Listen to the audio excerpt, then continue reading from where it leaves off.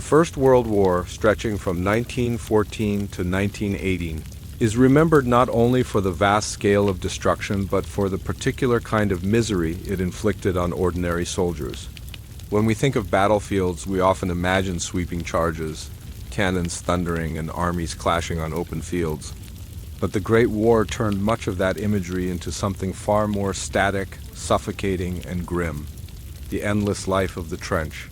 For many young men, the dream of war was laced with patriotism, adventure, and perhaps even glory. Posters urged them to fight for king and country, for empire and honor. But the reality that awaited them on the Western Front was nothing like the noble visions painted in newspapers. Instead of quick victories, they found themselves lowered into deep cuts of earth, miles of dugouts stretching like scars across France and Belgium. These trenches, in theory, were defensive lines, meant to protect against the relentless artillery and gunfire of the enemy. But in practice, they became prisons of mud, filth, and constant suffering. Imagine being one of those men, arriving fresh from a training camp in England. You might be only 19 or even younger. The train would carry you across the Channel into France, and from there the long march would begin.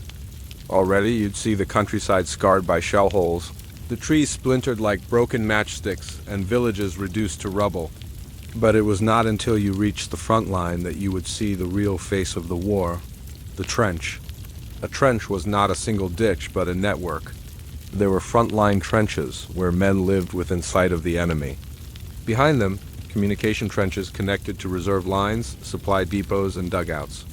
From above, it looked like an endless maze carved into the earth. Each trench was dug deep enough so a man could stand without being seen, sometimes reinforced with sandbags or wooden planks. The floor was often nothing but churned-up soil that turned to mud with the first hint of rain. The smell was overwhelming. It was the smell of wet earth, yes, but also the stench of unwashed bodies, of rotting food, of latrines dug too close to living quarters, and above all, the sickly sweet odor of death. For the trenches were littered with corpses, sometimes buried in shallow graves that the rain would expose again, sometimes lying just beyond the parapet where no one dared to retrieve them. Soldiers lived among the dead as much as among the living. The constant presence of mud defined the trench experience. In the summer, the ground baked and cracked, but most of the time, northern France and Belgium were drenched in rain. Soldiers would sink into mud up to their ankles, sometimes their knees. Boots became waterlogged and heavy, and even the strongest legs ached after hours of standing in muck. A condition known as trench foot became one of the most common afflictions. When feet were soaked for too long, the skin would turn white, then gray, then begin to blister and rot. In severe cases, toes blackened and fell off, and amputations were the only solution. Commanders ordered men to rub whale oil on their feet daily, to change socks whenever possible.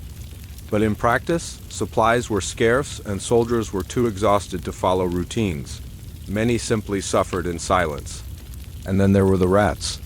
They were not ordinary rats, but monstrous in size, well fed on the bodies of the fallen.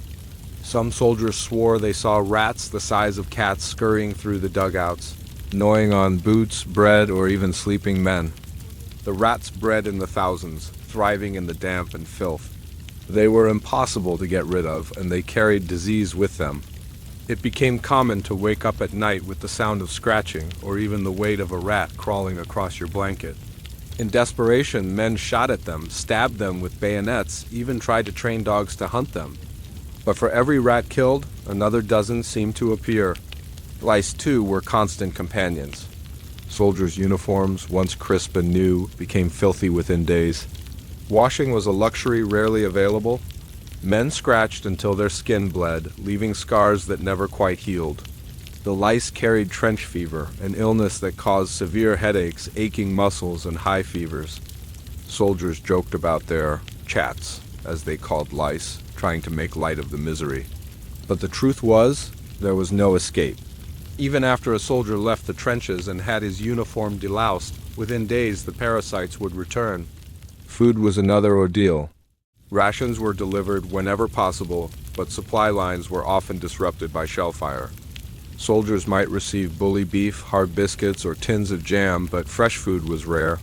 Bread grew moldy, water tasted of rust or chlorine, and tea was one of the few comforts. Men learned to eat quickly, to guard their rations against theft by rats, and to stomach whatever was given. Hunger gnawed at them as surely as the cold, and over it all hung the fear. The trenches were constantly under threat, from artillery barrages that seemed to come without warning, from sniper fire the moment a head was raised too high, from gas attacks that crept silently on the wind. Soldiers learned to live with terror, to recognize the different whistles of shells, to keep gas masks at hand even while sleeping. At night, flares lit the sky, casting ghostly light over no man's land where barbed wire tangled and bodies rotted. Life in the trench was not a moment of glory. It was a long stretch of waiting, of misery, of survival. Soldiers joked, sang, or wrote letters to loved ones to pass the time, but in truth, they were trapped in a nightmare that stretched for months, even years. For many, the war was not fought with charges and bayonets, but with mud, rats, lice, and fear. And every day they asked themselves the same question: when, if ever, would it end? For soldiers in the trenches, life did not follow the rhythm of ordinary days and nights. Instead, it was dictated by the routines of war, endless tasks that kept men busy, tired, and often hopeless. There were no weekends, no holidays, no proper rest. A soldier's world was narrowed to a strip of mud and earth, and the ceaseless duties of survival. Morning was the most dreaded time. At first light, both sides expected an attack. Stand to was the rule. Every soldier stood ready, bayonet fixed, eyes straining over the parapet, waiting for movement. Often nothing happened, but the ritual continued day after day. Fatigue weighed heavily, especially after sleepless nights filled with the thundering of shells or the distant rattle of machine guns. Yet there was no choice but to stand, weapon in hand, until the danger passed. After stand to came the cleaning of rifles, another unbreakable routine. Mud, damp, and constant exposure threatened to jam the only tool a soldier could rely on. Men cleaned their rifles with weary hands, often under the watchful eyes of sergeants. Any neglect could mean death if a weapon failed during an attack.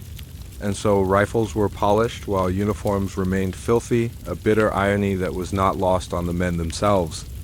Then came fatigue duties, filling sandbags, repairing trenches, carrying supplies. The trenches were never finished. Rain and shellfire destroyed them as quickly as they were built. Men dug constantly, their spades biting into the heavy earth, hauling mud that seemed to swallow everything. In winter, the mud froze into hard clumps that broke fingernails and blistered hands. In summer, the stench of rot grew unbearable, carried on warm wines. It was back-breaking work, and yet it had to be done. Meals, when they arrived, offered little comfort. A tin of bully beef was greasy and salty, often eaten cold. Hard biscuits, so tough they could break teeth, were softened in tea or water. Jam sweetened the monotony, but supplies ran out quickly. Some soldiers received parcels from home, a cake, perhaps, or chocolate or tobacco. These gifts were treasures shared among comrades with gratitude. But for many, there was nothing but the daily ration and the gnawing hunger that never left. The latrines, known as the cesspits of hell, were shallow trenches dug a short distance away. They overflowed quickly, fouling the air. Soldiers joked about them to hide their disgust, but disease spread easily in such conditions. Dysentery was common, leaving men weakened and exhausted, yet they still had to perform their duties. Daylight brought another threat: snipers. Any careless movement, any head raised too high, could invite a bullet from the enemy lines. Men learned to duck, to crawl, to move in shadows. Letters were written crouched low, cigarettes smoked behind sandbags. A single careless mistake could be fatal. Sniper fire created a constant tension, forcing men to live half-hidden even within their own trenches. Night, however, was not a time for rest. When darkness fell, the real work began. Soldiers carried supplies through communication trenches, stumbling over duckboards, straining under the weight of ammunition, food, and water. Others were sent to repair barbed wire in no man's land, crawling through mud and silence, terrified of being spotted by enemy patrols. Some dug new saps, narrow tunnels that extended toward enemy lines. Work was constant and sleep came in short, broken stretches, often no more than a few hours at a time. Letters were a lifeline. Soldiers wrote home whenever possible, though paper often grew damp and ink smudged in the wet air. They described their lives carefully, rarely mentioning the horrors. Mothers, wives, and sisters received letters that spoke of comradeship, of bravery, of getting on well. Few soldiers wanted to burden loved ones with the truth of lice, rats, and despair. Yet between the lines, the misery could be felt. Soldiers asked for socks, tobacco, and chocolate small comforts to ease the burden of trench life. Silence was rare. Even when no shells fell, the trenches were filled with sound, the dripping of water, the scratching of rats, the low murmurs of men talking in the dark. When bombardments came, the ground shook, the air filled with smoke and dust, and men cowered in dugouts, praying the shells would pass. The sound of artillery was relentless, a background noise that haunted dreams. Soldiers described it as a drumbeat of doom, unending, echoing in their skulls. Fear was not always dramatic. It was constant, gnawing. A soldier never knew when death would come. It might be a sniper's bullet, a shell fragment, or a gas attack. It might be disease, infection, or an accident. Death came in many forms, and men learned to live beside it, to joke about it, to ignore it. Yet at night, when silence fell for a moment, fear crept in, whispering in the darkness. Comradeship became the strongest bond. Men shared everything: food, cigarettes, laughter, even silence. Friendships formed quickly, born of necessity. One man's survival often depended on the loyalty of another. In the mud and filth, trust mattered more than rank or wealth. Soldiers remembered their mates more than their commanders. They fought for one another, not for abstract ideals. Still, morale shifted with the days. Some soldiers sang songs, made jokes, or even staged small performances to lighten the mood. Others fell into silence, staring blankly into the mud. Alcohol, when available, dulled the edge of misery. Some soldiers prayed, clinging to faith. Others cursed the heavens, convinced no God could exist in such a place. The trench was both home and prison. Men carved their names into walls, built small shelves for keepsakes, hung photographs from nails. In this strange underground world, they tried to create some semblance of normality. Yet the mud seeped into everything, erasing distinctions. Uniforms, boots, skin, even souls seemed to merge with the earth.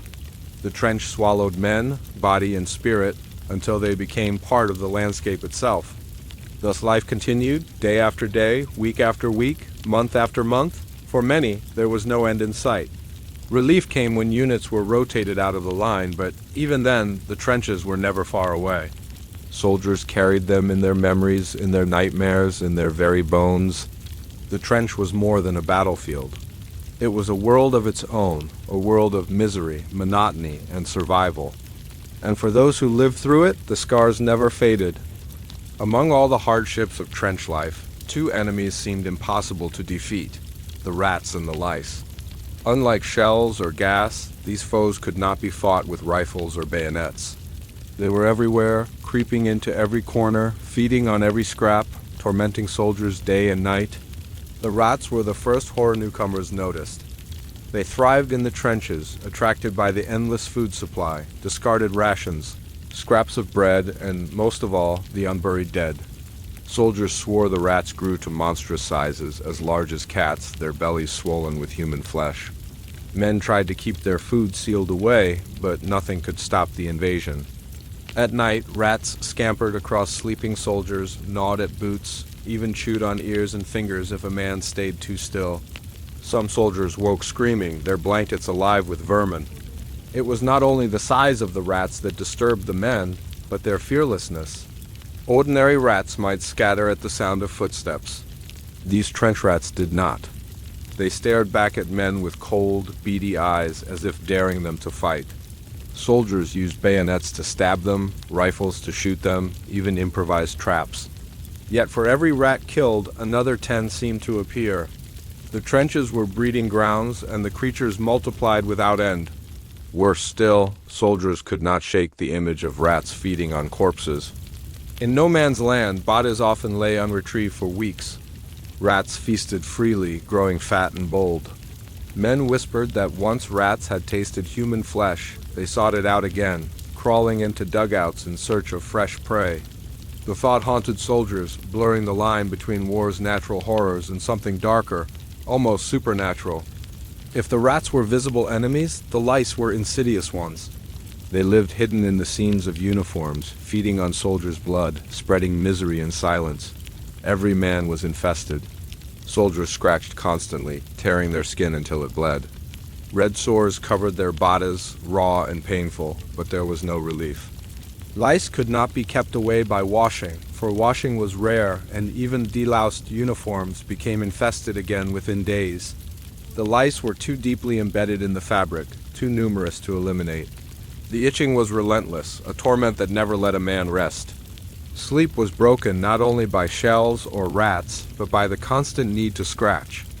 Some men burned the seams of their uniforms with candles, trying to kill the lice, but the creatures always returned.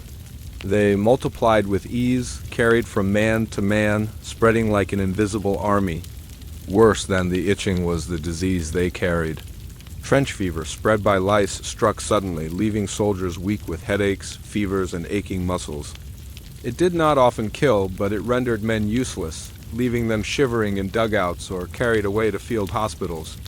In the close quarters of the trenches, outbreaks swept through entire units, leaving commanders scrambling to replace their sick men. Soldiers gave their lice a kind of grim nickname, chats. They joked about having a chat with their lice as though humor could make the torment easier. But beneath the jokes lay misery. Men hated their bodies, hated their uniforms, hated the very skin that crawled with parasites. Lice stripped them of dignity, reminding them every moment that they were trapped in filth, unable to escape. Together, the rats and lice created a world of living discomfort. There was no privacy, no safety, no place free of vermin. Soldiers could not lie down without feeling movement, could not eat without watching food vanish to tiny thieves. The body was never clean, never free of itch or bite. Some men grew so numb to it that they no longer noticed, their skin scarred and hardened from constant scratching. Others fell into despair, convinced they would never feel clean again. The misery went beyond the physical. The constant presence of rats and lice broke morale, reminding men that they were less than human in the trenches. They were prey, just like the corpses around them. They were hosts of parasites, food for vermin. In the eyes of some soldiers, the war reduced them to animals, stripped of the dignity and order of civilian life. To be gnawed by rats and crawled upon by lice was to be reminded daily of their helplessness, their degradation, and yet, somehow, they endured. Soldiers learned to live with vermin, just as they lived with mud, fear, and hunger. They told stories about the boldest rats, laughed about the worst infestations of lice, made competitions of killing as many as possible. In their grim humor, they found a way to survive. But beneath the laughter, the misery remained. The rats never left, the lice never left. They were constant companions in the trenches, companions that no soldier could ever truly escape. And so, when soldiers remembered the war years later, they did not speak only of shells and bayonets. They remembered the itching that never ceased, the scratching in the night, the rats crawling over corpses and men alike. The war had its grand strategies, its victories and defeats, but for those who lived in the trenches, the daily battle was against vermin. It was a war fought not only with guns, but with mud, rats, and lice. If the rats and lice were the constant tormentors, then mud was the silent, ever-present enemy of trench life. Mud was not just water and earth, it was a force of nature, a trap, a slow death that consumed everything. Rain was a frequent visitor in northern France and Belgium. When the skies opened, trenches filled like ditches, water rushing down walls, pooling at the bottom.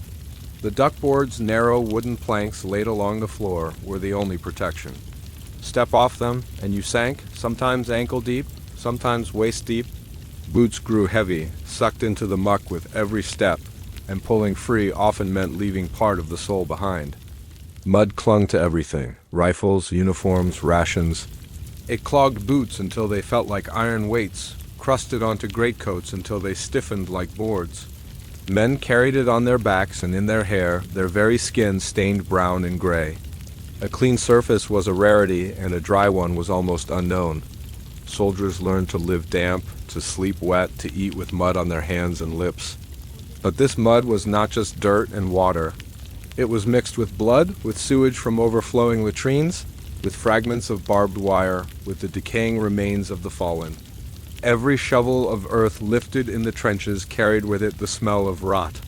Sometimes, while digging, men unearthed a hand, a boot, or the pale face of a forgotten corpse. The mud held everything, swallowed everything, and gave it back when least expected. In no man's land, the mud was even worse. Shellfire churned the ground into craters that filled with rain, creating foul lakes of stagnant water. Crossing no man's land meant wading through this muck, each step a struggle. Men slipped, fell, and sometimes never rose again. There are stories of soldiers drowning in mud, trapped beneath the weight of their packs, sinking slowly while their comrades watched, powerless to help. The earth itself became a predator, devouring men without a sound. Trenchfoot, already a scourge, was made worse by the mud. Feet remained soaked for days, skin breaking down, turning white and swollen. The pain was excruciating, and infections spread quickly in such conditions. Commanders ordered regular inspections, socks changed whenever possible, but there were never enough supplies. Whale oil was issued as a protection, but men often had to share a single tin among dozens. The mud made mockery of every precaution, undoing in minutes what hours of care had tried to prevent. The psychological effect was just as severe.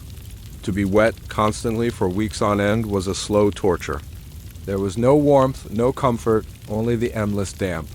Blankets were sodden, dugouts dripped from the ceiling, and even dreams seemed soaked through. The cold mud crept into bones, numbing hands and feet, dulling thoughts, dragging spirits down. Men began to feel less like soldiers and more like creatures of the swamp, their humanity dissolved in water and dirt. It is easy to imagine war as a clash of steel and fire, but for many, the war was mud. They marched in it, dug in it, slept in it, and died in it. Letters home described it in bitter detail. The boots that squelched with every step, the trenches that collapsed after heavy rain, the stench of rot rising from waterlogged craters. Mothers and fathers reading those words could hardly imagine the reality that their sons lived not on solid ground, but in a world where earth had turned liquid, where safety and footing could vanish beneath a single misstep. When soldiers were rotated out of the line, their first longing was not always for food or rest, but for dryness. To take off boots and let feet breathe, to lie on straw in a dry barn, to feel for once the absence of mud, that was bliss. But the memory of it never left. Even away from the front, soldiers found themselves staring at puddles, shuddering at the thought of sinking once again into that endless mire. And yet, like everything in the trenches, men found ways to endure. They cursed the mud, laughed about it, gave names to the worst stretches. They told stories of comrades swallowed whole, half believing, half exaggerating, because humor was easier than despair. They sang songs that mocked the swamp they lived in, stamping their feet in rhythm on the duckboards, trying to turn misery into music. But the mud remained indifferent to laughter, indifferent to curses.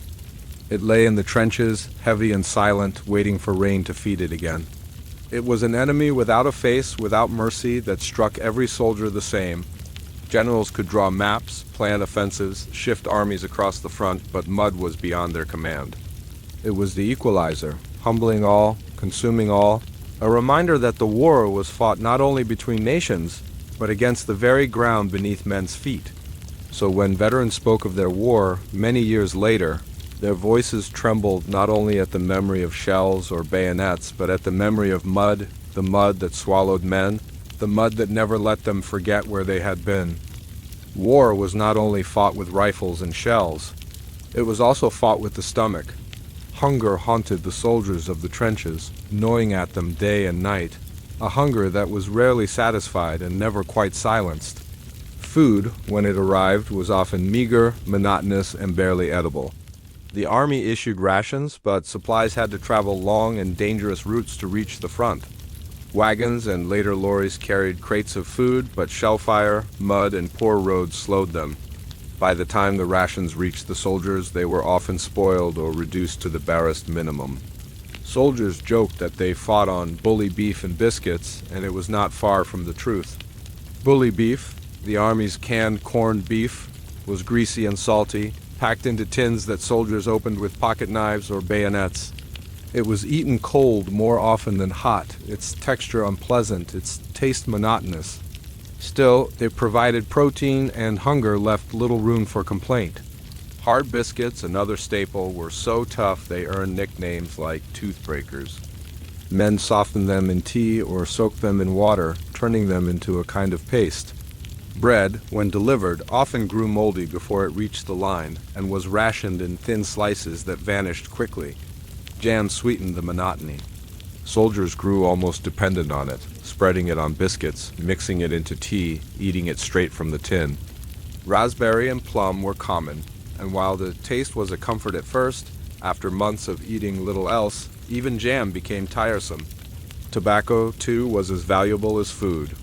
Cigarettes calmed nerves, filled empty stomachs with smoke, and gave men a moment's peace. In some cases, soldiers traded food for tobacco, valuing a smoke above a meal. Hot meals were rare luxuries. Field kitchens, set up behind the lines, tried to prepare stews or soups, but by the time food reached the trenches, it was often cold, diluted, or spilled. Soldiers carried mess tins, dented and filthy, in which they ate whatever was given. They learned not to expect variety or quality. A hot stew with a few vegetables or a cup of warm tea could feel like a feast. Parcels from home were treasures beyond measure. Mothers and wives sent cakes, biscuits, chocolate, and sometimes bottles of drink. These parcels lifted spirits as much as they filled stomachs. A piece of home-baked bread, a bar of chocolate, or even a letter with kind words gave soldiers strength to endure another day. But not every man received such gifts. Some families were too poor, too distant, or had already lost too much to send anything. Those men watched with quiet envy as others opened their parcels, hoping for a shared taste. Rats often robbed men of their rations. They chewed through sacks, gnawed at tins, and carried away crumbs. Soldiers guarded their food carefully, but nothing was safe from vermin. To lose a meal to rats was to face another day on an empty stomach, and anger boiled over when a man awoke to find his precious ration ruined. Yet there was little to be done. Rats were countless, and the food was never enough. Hunger weakened bodies, but it also dulled minds. Soldiers grew irritable, quick to quarrel over scraps. Letters home begged for food, biscuits, chocolate, tea, tobacco. Some even asked for sardines or tinned fruit, luxuries unimaginable in the trenches. Families tried to send what they could, but parcels often went missing or were stolen in transit. Hunger was a shadow that stretched from home to front, touching everyone. Despite the shortages, the Army tried to keep men fed. Rations were distributed daily, and when weather allowed, more substantial meals were cooked. Yet no system could overcome the chaos of war. Soldiers joked grimly about their diet, calling it the same stew, different day. They laughed because laughter was easier than despair, but the hunger never truly left. It gnawed in the stomach, in the bones, in the soul, and hunger carried with it another torment, thirst. Clean water was scarce. Wells were often contaminated, streams polluted by corpses or latrines. The Army issued water in tins, sometimes purified with chlorine tablets that left a bitter taste. Soldiers drank tea whenever possible, boiling water to kill germs, but fuel was scarce and time rarer still. In desperation, some drank from puddles or craters, risking dysentery and disease. Together, hunger and thirst reminded soldiers that they were not masters of their own survival. They depended on the supply lines, on parcels from home, on chance itself. Food was never certain, and when it came, it was rarely enough. They lived half-fed, half-starved, their bodies wasting away, their spirits dulled. And yet, as with everything else, men endured. They joked about bully beef, sang songs about hard biscuits, and shared jam with comrades. They turned meager meals into rituals, finding comfort in the act of eating together. Around mess tins and steaming mugs of weak tea, they found companionship, a reminder that even in hunger, they were not alone. But deep inside, every soldier carried the memory of that gnawing emptiness, the hunger that never ended. Long after the war, when the trenches were gone and the mud was left behind, veterans remembered it. Not the taste of bully beef, not the sweetness of jam, but the ache in their stomachs, the longing for a meal that never came, the hunger that defined their days in the trenches. The sky above the trenches was rarely quiet. Artillery defined the Great War, and its terrifying presence was something every soldier lived with day and night. The drumming of the big guns became the soundtrack of existence in the trenches, a steady thunder that shook the earth and rattled the bones. Even when the shells were not aimed directly at them, the concussive blasts from miles away echoed through the ground, vibrating up through the duckboards beneath their boots. For many soldiers, the noise never truly stopped. Even when silence fell, they swore they could still hear the phantom booming. Shellfire was not just sound. It was terror made physical. A man could be standing in the trench 1 second and be gone the next, shredded into unrecognizable fragments by a direct hit. Those who survived nearby blasts often suffered what was then called shell shock, a condition not understood at the time. The endless explosions wore away at the nerves, fraying the mind until sleep, sanity, and courage slipped away. Some men became jumpy at the mere clatter of a dropped tin cup, their bodies unable to distinguish harmless sounds from mortal danger. The constant shelling also transformed the landscape. Verdant fields were turned into moonscapes of craters, mud, and shattered trees. Villages vanished, ground down to rubble. For soldiers living in the trenches, it was as if the world itself was being torn apart around them, leaving behind only ruin. The trenches were not simply dug into the earth. They were carved into a land that had already been broken and scarred by artillery fire. Even in moments of lull, when the guns were silent, dread still lingered. Soldiers knew the quiet was deceptive, a false calm before the next barrage. Men would sit, smoking nervously, eyes darting at the horizon, waiting for the whistling shriek of shells that heralded destruction. And when it came, they ducked into dugouts, pressed their bodies against muddy walls, or crouched low in the trench, praying that chance would spare them yet again. Artillery also brought with it a hidden danger, shrapnel. Even when a soldier was far from the impact point, jagged fragments of metal flew through the air, capable of slicing through flesh like paper. Helmets offered some protection, but many men were injured or killed by shards that came seemingly from nowhere. The randomness of artillery was perhaps its most horrifying quality. No skill, no bravery, no caution could truly protect a man from it. Survival was a lottery, and everyone knew it. But the psychological weight of artillery went beyond the fear of sudden death. It became part of the rhythm of trench life, dictating when men could move, when they could rest, when they could fight. A heavy bombardment often preceded an infantry assault, so the sound of increased shell fire meant soldiers had to ready themselves to repel an attack. Yet sometimes the guns roared for days with no follow-up, leaving soldiers exhausted and on edge for no reason other than to wear them down. Artillery was both a weapon and a form of torture. Some soldiers tried to cope with humor, giving the shells nicknames like whiz-bangs for the fast ones or dud for those that failed to explode. Others clung to superstition, believing that if they heard the whistle of a shell overhead, they were safe, since the one that killed you was never heard.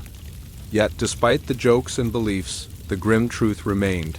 The artillery dictated life and death. At night, when a soldier lay in his dugout, trying to sleep amid the damp and the lice, the booming of distant guns seeped into his dreams. It followed him into slumber and haunted him upon waking. The war was not fought only in battles, but in the relentless psychological warfare waged by artillery.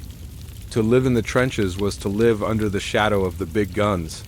They were always present, always threatening, always ready to remind the soldiers that the front lines were never truly safe.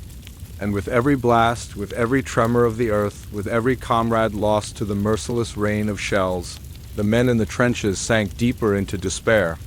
The guns did not just kill, they broke men, body and soul, grinding down their spirit until the war itself became not a fight for victory, but a struggle to endure the endless pounding of artillery.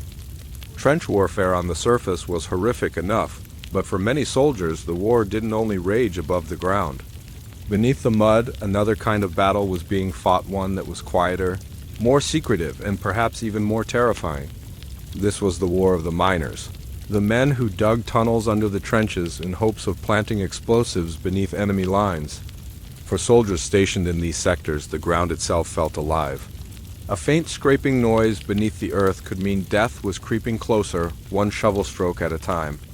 Imagine lying awake in a dugout, straining your ears, wondering if that sound you heard was rats or the enemy digging below you. At any moment, the ground could erupt in fire, soil, and bone. One of the most infamous examples was the Battle of Messines in 1917, when British engineers packed tunnels beneath German trenches with nearly 500,000 pounds of explosives. When the mines were detonated, the earth shook with the force of an earthquake, killing thousands instantly. For soldiers in the trenches, the explosion was both a relief and a horror reminder that even the ground beneath their boots was not safe. If tunneling wasn't enough, soldiers also had to fear poison gas, one of the most dreaded innovations of the war. Chlorine, phosgene, and later, mustard gas turned the air itself into a weapon. It was colorless, tasteless, and could creep silently into trenches before anyone realized. Gas masks were issued, but early versions were crude and often useless. The unlucky ones would cough and choke, their lungs filling with fluid as their comrades tried desperately to drag them to safety. The sheer unpredictability of gas attacks created constant anxiety. A simple change in the wind could mean doom for hundreds. Even when the gas masks worked, the experience of wearing one was suffocating hot, claustrophobic, and terrifying. Many soldiers described the mask as feeling like they were already half buried alive, their vision reduced, their breathing heavy and restricted. It was as if the war itself wanted to choke them into submission. What made it worse was that gas lingered. Mustard gas in particular soaked into soil, clung to uniforms, and burned the skin days after an attack. Soldiers returning to trenches contaminated by mustard gas found their eyes watering, their throats raw, their flesh blistered. Even the rats, usually fearless, fled these sectors, leaving behind only silence and the acrid sting of chemicals. And yet, despite all of this, soldiers endured. They learned to sleep with gas masks at arm's reach, to recognize the faint hiss of shells that carried poison rather than shrapnel, and to fight back their fear of suffocation. The enemy was no longer only across the battlefield, it was in the dirt beneath their feet and in the very air they breathed. This invisible threat made every moment in the trench feel like a gamble, a cruel lottery in which survival was never guaranteed. The soldiers of the trenches weren't just fighting other men, they were fighting the elements, the earth, and the very sky. And as the war dragged on, many began to wonder whether there was any part of nature that hadn't turned against them. A trench soldier's life was not defined by grand battles or constant fighting. Instead, it was dominated by long stretches of routine that was both monotonous and terrifying, predictable yet full of sudden, deadly surprises. The men called it trench routine, and it governed their existence far more than any officer's orders. The day often began before dawn in what was grimly known as stand to. Every soldier in the trench would be woken up while the sky was still dark, ordered to man their position with rifle in hand, bayonet fixed, eyes trained on the enemy lines. This was because dawn was considered one of the most likely times for an attack. The soldiers stood there, shivering in the cold, exhausted from broken sleep, their hearts pounding in the silence, waiting for a German assault that might or might not come. Some mornings, nothing happened. Others, the stillness would be shattered by the sudden crack of rifle fire or the dull thud of artillery. After stand to came the next ritual, cleaning rifles. Mud was everywhere splattered on uniforms, caked into boots, and most dangerously, clogging up the barrels of the very weapons that meant the difference between life and death. A rifle with a jammed bolt or a dirty barrel could be fatal in the next firefight. Soldiers wiped down their weapons with rags that were never really clean, smearing more grime than they removed, but it was all they had. Breakfast followed, if you could call it that. The food was almost always the same, a lump of hard biscuit that could chip a tooth, a smear of jam and tea made with water that tasted faintly of mud and metal. On better days, there was bully beef tinned corned beef that was greasy, salty, and repetitive. It filled the stomach but made soldiers dream of real meals, warm bread, roast meat, or even just a fresh apple. Rats feasted as well, swarming any rations left unattended. Some men swore the rats grew fat from human flesh, gnawing on corpses that lay just beyond the trench. When breakfast was done, the day stretched out into hours of labor. The trenches were constantly collapsing from rain, shell fire, and the simple weight of mud. Soldiers were ordered to reinforce them with sandbags, wooden planks, or whatever scraps they could find. They dug latrines, hauled barbed wire, carried ammunition, and filled endless sandbags, each one heavy and awkward in the sucking muck. Some men said the work was worse than the fighting because it was endless, backbreaking, and seemingly pointless. Every improvement they made could be destroyed by the next bombardment. Yet, despite the misery, there was one thing the men clung to: letters. Mail was a lifeline. In the rare quiet moments, soldiers pulled out crumpled envelopes from home, reading and rereading them until the paper was soft from their fingers. A few lines from a wife, a mother, a sweetheart, those words kept them going. But letters were also a double-edged sword. Some brought devastating news: the death of a brother on another front, the illness of a child, or even worse, a farewell from a lover who could not bear to wait any longer. The trenches gave men no privacy, so heartbreak was often endured in silence, among comrades who pretended not to notice the tears wiped away in the mud. Sleep was never restful. Even when the guns were quiet, the trenches offered little comfort. Men curled up in dugouts carved into the earth, their blankets damp, their clothes never dry, their skin crawling with lice. The constant itch of the lice was maddening. Soldiers scratched until their skin bled, but nothing rid them of the pests. They burned their shirts with candles, hoping the heat would kill the eggs, only to find the vermin back within hours. Lice spread trench fever, an illness that brought raging headaches, muscle pain, and days of feverish misery. Yet even sick men were often expected to keep working unless they collapsed entirely. And always there was mud. Mud in the trenches, mud in their food, mud in their hair. The earth itself seemed determined to swallow the soldiers whole. Men slipped, stumbled, and fell face first into the muck, sometimes unable to rise because their gear was too heavy. Boots rotted, feet swelled, and trench foot spread like wildfire. The unlucky ones who went untreated saw their flesh turn black and rot away, leading to amputation. The stench of infection added to the already foul air, mixing with the smells of latrines, smoke, and decaying corpses. But the greatest burden was the waiting for orders, waiting for the next attack, waiting for the whistle that would send them over the top. The hours crawled by, each one filled with dread. Every sound a rustle in the darkness, the whistle of a distant shell, even the scurrying of a rat could be the start of death arriving. Sometimes, to break the tension, soldiers told jokes or sang songs. Laughter echoed in the trenches, rough and bitter, but it was laughter nonetheless. They found humor in the bleakest places, like the soldier who swore his lice had names, or the one who claimed the rats in his trench saluted him like comrades. These small sparks of humanity kept the men from losing their minds entirely. Yet the weight of fear was always present. Every soldier knew he was just a pawn in a game played by unseen generals far behind the lines. Orders came down to hold positions at all costs, even when holding meant certain death. A man might survive weeks, even months, in the trenches, only to be cut down an instant by a sniper's bullet, a shell fragment, or the silent creep of gas drifting on the wind. This was the cruel reality of trench life, a cycle of misery, monotony, and terror. Not glory, not honor. Just survival, day after day in a world of mud, rats, and lice. And as the sun sank each evening, soldiers once again prepared for stand to at dusk, knowing they would face the same routine again tomorrow if they lived long enough to see it.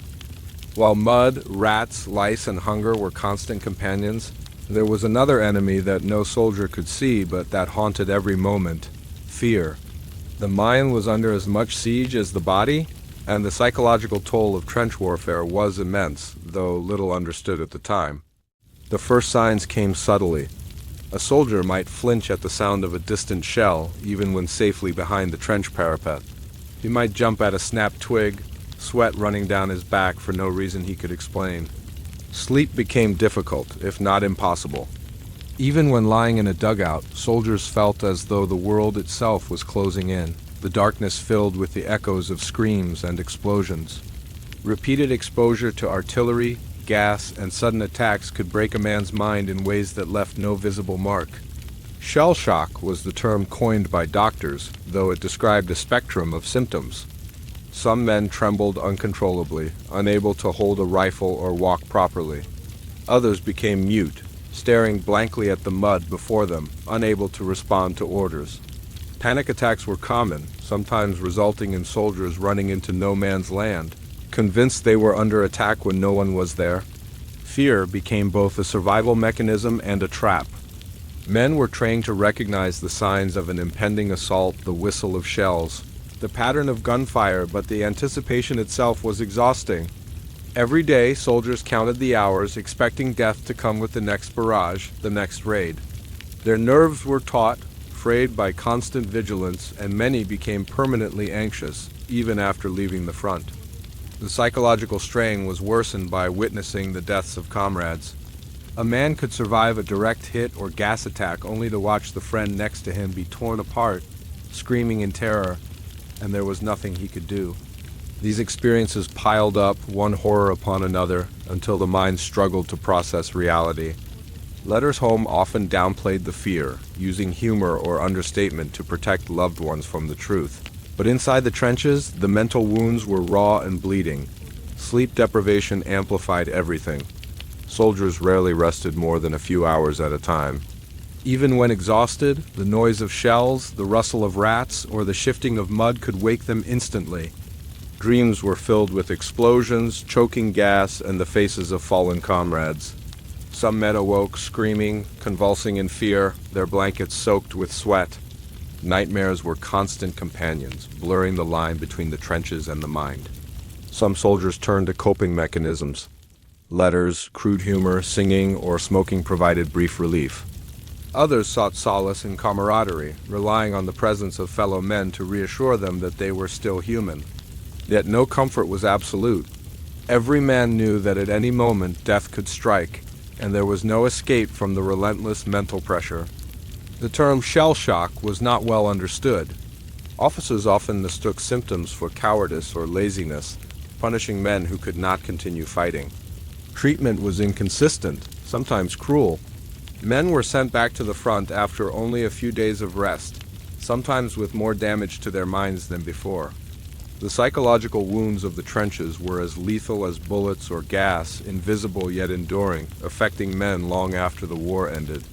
Some soldiers eventually adapted, developing a grim resilience. They learned to compartmentalize fear, focusing only on immediate survival tasks, digging, standing watch, firing when ordered. Yet for many, the cost was a permanent alteration of their psyche. After the war, veterans spoke of panic attacks, recurring nightmares, and an inability to adjust to civilian life. The trenches had left an imprint on the soul that mud, rats, and lice alone could not achieve. The combination of constant danger, physical hardship, and psychological torment created a cycle of misery.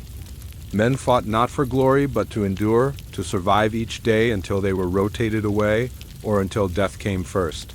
Every shell, every scream, every moment in the mud chipped away at their humanity, leaving men who had survived in body but who carried deep scars in mind. In hindsight, historians recognize that the mental trauma of WWI was unprecedented. Tens of thousands of soldiers returned home, not with visible wounds, but with minds shattered by months of unrelenting terror. They had survived the artillery, the mud, the vermin, and the cold. But the trenches had also waged a war within their minds, a war whose consequences would be felt for decades. And yet, despite it all, soldiers endured. They laughed through fear, joked through hunger, and found ways to keep moving even as the weight of the world pressed down on them. In the trenches, survival was the only measure of victory, and every man who rose each morning to face another day was a testament to the resilience of the human spirit, even amid unimaginable suffering. Beyond mud, rats, lice, hunger, and constant shelling, another relentless threat haunted the trenches: disease. For every bullet fired, every shell that fell, and every gas attack launched, the invisible enemies of illness and infection claimed their own toll. often striking with cruel randomness and silent efficiency. The trenches were breeding grounds for every imaginable sickness. Close quarters, poor hygiene, contaminated water, and decaying corpses created the perfect conditions for bacteria and parasites to thrive. Men lived with raw, unwashed bodies, their clothes infested with lice that spread trench fever, their feet constantly wet and rotting from trench foot. Infections spread quickly, often outpacing the ability of medical officers to treat them. Trench foot was one of the most feared conditions. Feet soaked for days in water and mud became pale, numb, and swollen. Skin turned black and blistered, and if untreated, gangrene set in. Amputation was the only recourse. Soldiers who survived this pain carried permanent reminders, hobbling for the rest of their lives. Some men tried to combat it with whale oil, a barrier applied to skin, but supplies were limited and time-consuming to apply. In a landscape of endless mud and rain, trench foot was often inevitable.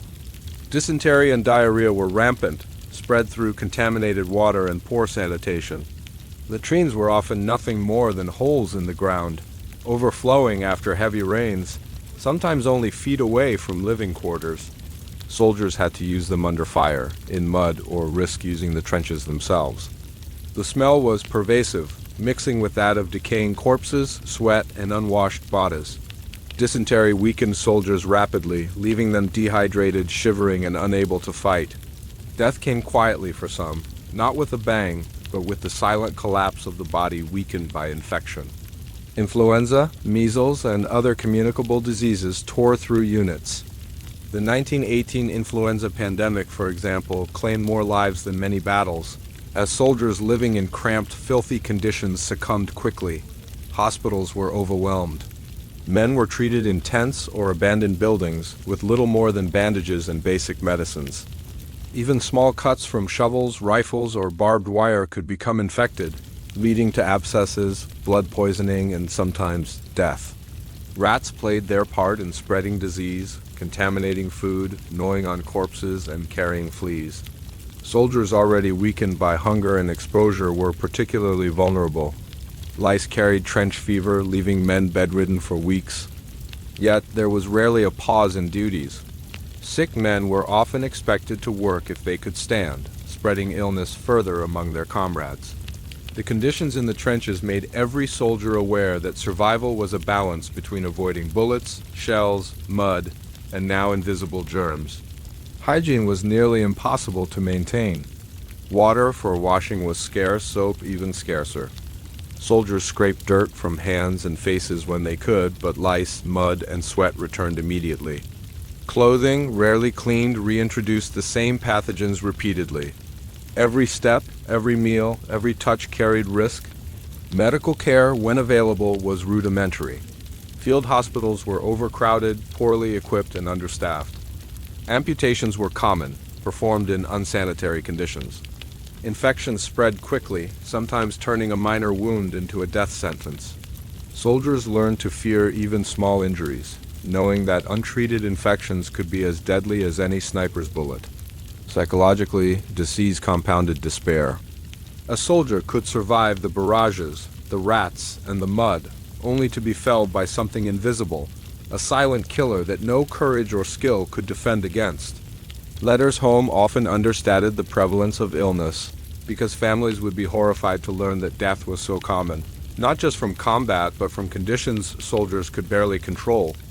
Despite the relentless presence of disease, soldiers persevered. They adapted where they could, changing socks, boiling water, applying salves, and avoiding contaminated areas. Humor and camaraderie provided distraction, though nothing could fully erase the knowledge that at any moment, an infection could strike and claim another life. Disease in the trenches was a constant reminder that survival depended not only on bravery or skill, but on luck and endurance. Every soldier knew that to make it through the day, he had to navigate not only bullets, shells, and gas, but also mud, vermin, and the invisible scourge of illness. It was a war fought on every level against man, nature, and the unseen agents of death that lurked in every corner of the front. In the end, disease became part of the fabric of trench life, a grim companion as inevitable as mud, rats, and lice. Soldiers learned to live with it, to fear it, and to endure it, knowing that survival was a fragile, daily victory. The trenches were not only a battlefield for guns and grenades, they were a battlefield for life itself, where the silent killers of illness were as deadly as any enemy soldier. If mud, rats, lice, hunger, artillery, and disease weren't enough, the weather became another relentless enemy. Soldiers endured constant rain, freezing winds, and bitter cold that seeped into bones, turning the trenches into icy prisons. Life in these conditions was a test of endurance, and the elements often claimed more casualties than bullets ever could. Rain was a frequent and merciless visitor. Trenches, already poorly drained, filled with water, creating ankle to waist-deep pools. Duckboards provided the only dry footing, but they were slippery and often broken or uneven. Soldiers waded through waterlogged earth to deliver messages, haul supplies, or maintain defenses. Boots became waterlogged and heavy, pulling at the legs with each step. Men emerged from hours in the rain looking as though they had been submerged in mud and water, their clothes sodden, their bodies chilled to the bone. Cold was not only uncomfortable, it was dangerous. Frostbite claimed fingers, toes, and ears when soldiers were unable to warm themselves. Frozen mud could crack beneath the weight of boots, sending men tumbling into icy puddles. Trenches offered little shelter from the wind, which whipped across the scarred landscape, cutting through coats and greatcoats with merciless precision. The soldiers' breath rose in visible clouds, mixing with smoke from fires and shells, creating a haze that blurred vision and weighed on the lungs. The winter of 1916 to 1917 became notorious for its cruelty. Snow, ice, and freezing rain combined with the ever-present mud to create conditions so harsh that soldiers joked that the trenches were more likely to kill them than the enemy. Tents and dugouts froze, water supplies iced over, and fires struggled to provide warmth. Men huddled together for heat, sharing body warmth, but lice and fleas made this necessary closeness another form of torment. Hypothermia was a constant threat. Soldiers exposed to the elements for even a few hours could begin to shiver uncontrollably, losing coordination and consciousness. Some men simply collapsed in the trenches, overcome by cold and exhaustion, only to be discovered hours later by comrades. Those who survived the night often woke stiff, wet, and aching, their strength sapped before the day had begun. Rain also worsened other trench problems. Mud deepened, trench foot spread faster, and drainage systems overflowed. Latrines became unusable, and waste mixed freely with rainwater, creating a stench that clung to clothing and skin. Food supplies were often ruined by rain, tins rusting, biscuits dissolving into mush, and tea contaminated by muddy water. Soldiers were left to eat wet, cold rations, a daily reminder of the environment's cruelty. Psychologically, endless rain and cold eroded morale. Soldiers had little to look forward to, as comfort and rest became fleeting memories. Even humor and camaraderie offered only temporary reprieve. The constant damp, cold, and fatigue gnawed at the spirit. Letters from home were treasured more than ever, providing a small connection to warmth, sunlight, and normal life. Clothing offered minimal protection. Greatcoats, often worn for months without washing, became heavy with mud and water, dragging on the body and adding to exhaustion. Wool gloves, socks, and hats offered some insulation, but nothing could keep the chill completely at bay. Soldiers improvised as best they could, stuffing newspapers in boots, wrapping extra layers around hands, or sharing blankets. But the cold was relentless, and no amount of ingenuity could overcome the harsh winter. Even the simple act of sleeping was compromised. Dugouts flooded, straw bedding grew damp, and blankets were little protection against the icy wind that penetrated the trenches. Soldiers learned to sleep in shifts, using their bodies to shield one another from the worst of the cold. Many lost fingers or toes to frostbite, unable to prevent the freezing temperatures from claiming parts of their bodies. Rain and cold also complicated combat operations. Orders to go over the top meant wading through waterlogged mud, the risk of slipping or falling amplified. Weapons jammed from wet conditions, ammunition became slippery, and visibility dropped in heavy rain or snow. Yet soldiers obeyed, knowing that survival depended on following orders. even when nature seemed determined to kill them before the enemy could. The weather made a man question whether the war was against the enemy or against existence itself. Mud, vermin, lice, hunger, artillery, disease, and now the elements combined into a relentless assault on body and mind. Soldiers endured not for glory, but for the simple hope of seeing the next sunrise, of staying alive another day in a world of suffering. And as the winter dragged on, many soldiers realized that survival was not about fighting, it was about enduring. Enduring cold, enduring wet, enduring the endless cycle of misery that the trenches imposed. They became hardened, not by courage alone, but by necessity, adapting to the cruelest environment imaginable, knowing that the weather, like the war itself, would claim its victims without mercy. The rain and cold were silent killers, invisible in the history books, yet omnipresent in the lives of those who endured them. They turned trenches into icy tombs, forced men to wrestle with exhaustion and exposure, and reminded every soldier that survival was as much about resisting the elements as it was about surviving combat. Amid the mud, rats, lice, hunger, disease, artillery, and freezing weather, soldiers clung to fragments of normalcy, most notably letters from home. These pieces of paper, often yellowed, smudged, and creased from the journey, carried the warmth of distant lives, reminders that the world beyond the trenches still existed. Receiving a letter was an event. Men would carefully unfold the fragile pages, sometimes multiple times, smoothing out the creases as if handling a treasure. The inked words brought news of birthdays, small victories, and daily life back home, a world of warmth, food, laughter, and love that had become almost mythical for those trapped in mud and misery. Some letters were brief, a few words from a mother or sweetheart, while others were long narratives detailing the mundane, the personal, the human. Both were precious. The letters reminded soldiers of their humanity. For a few minutes, they could forget the lice crawling under their shirts, the rats scuttling over corpses, or the freezing cold that gnawed at their feet. A description of a summer picnic, a family dinner, or a blooming garden could lift the spirits in ways that nothing else on the front could. It was a glimpse of life as it should be, a beacon of hope that survival was possible. Yet letters also brought pain. News of illness, injury, or death back home reminded soldiers that war was not confined to the trenches. A letter from a sibling who had fallen ill, from a parent who struggled to make ends meet, or from a sweetheart who could no longer wait could pierce the soul as deeply as any bullet.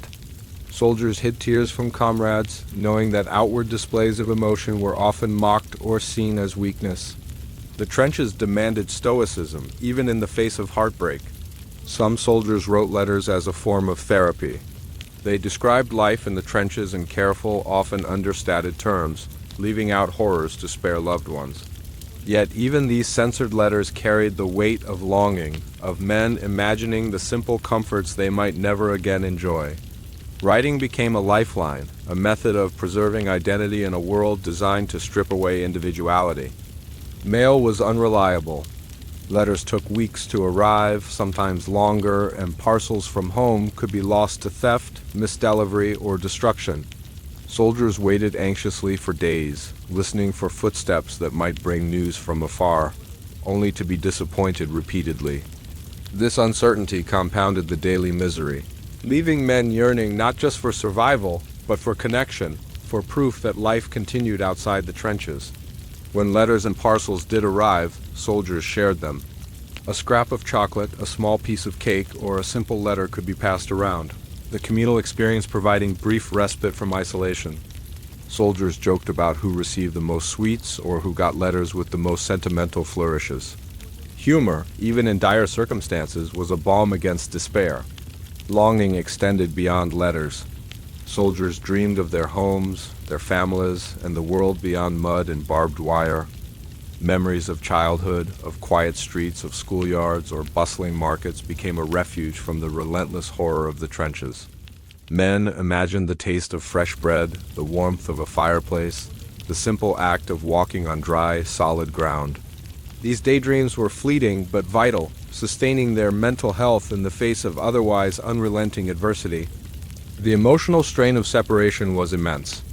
Men were often young, torn from the comfort of family, friends, and the familiar rhythms of life. The trenches offered only survival, not fulfillment, relationships strained over distance. Friendships in the trenches could be lifelines, yet also fleeting, as death claimed comrades without warning. Each bond was precious, yet each loss left a deeper void. Soldiers also faced internal conflict. Loyalty to the front and duty to their units often clashed with the desire to flee, to escape the endless misery and danger. Letters from home intensified this conflict, reminding them of what they had left behind and what they might never see again. The tension between duty and longing was a constant mental struggle, as soldiers balanced fear, responsibility, and hope.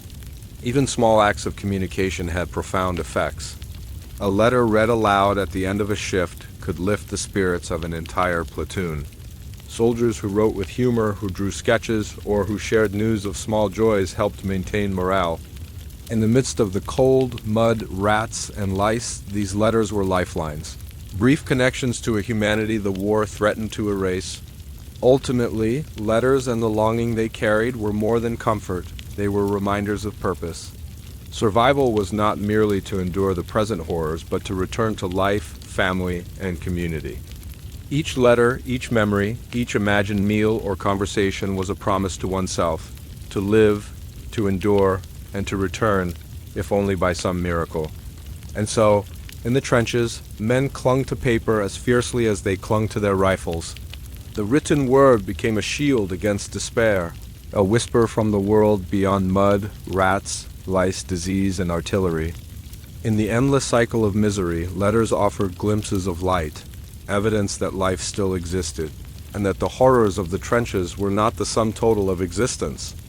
The phrase, "going over the top," was enough to strike fear into every soldier in the trenches. It referred to climbing out of the relative safety of the trench and charging across no-man's land toward the enemy lines. What seemed like a simple order on paper was, in reality, a descent into chaos, mud, and death. Few experiences in the Great War were as terrifying or as deadly. No man truly understood the horror until he faced it. Trenches offered minimal protection, but they were walls of hope. Stepping onto the open ground meant exposing oneself to machine guns, snipers, artillery, and barbed wire. Soldiers climbed out with hearts pounding, rifles clutched tightly, boots sinking into mud that could swallow a man whole. The landscape itself was a weapon churned by shell fire into a wasteland of craters, dead trees, and corpses. Every step was perilous. Machine guns were the ultimate predator. They spat bullets and streams of death, mowing down the unprotected. Soldiers fell in seconds, sometimes in groups, sometimes alone, their screams lost amid the cacophony of battle. The survivors moved in bursts, crouching behind shell holes, praying that luck would favor them. Each pause was a mixture of exhaustion, fear, and disbelief, as the earth itself seemed determined to claim more lives. Barbed wire was another silent killer. Entanglements waited patiently, invisible in mud and darkness, ready to ensnare a man and leave him helpless. Many soldiers died caught in wire, exposed to enemy fire while struggling to free themselves. Improvised wire cutters and grenades offered some chance of survival, but nothing guaranteed escape. Even those who made it past the wire faced the enemy trenches, bristling with rifles and bayonets. Artillery fire did not stop when men went over the top. Bombardments continued relentlessly, reducing the landscape to chaos and confusion. Shells exploded unpredictably, creating new craters that could trap the living or conceal the dead. Soldiers sometimes fell into these pits, hidden from view but not from danger. The noise, the mud, the screams, and the smoke merged into a disorienting haze that made seconds stretch into eternity. Fear was tangible. It filled every movement, every breath, every heartbeat. Men screamed, some in terror, others in pain, some in instinctive rage. Comrades fell beside them, sometimes dismembered, sometimes silent, and still. Soldiers learned quickly that hesitation could be fatal. Courage was not an abstract quality, it was the ability to act despite overwhelming terror. Yet even courage could not always save a man from fate. The sheer randomness of death over no man's land was maddening. Some survived direct hits, others were killed by minor shrapnel.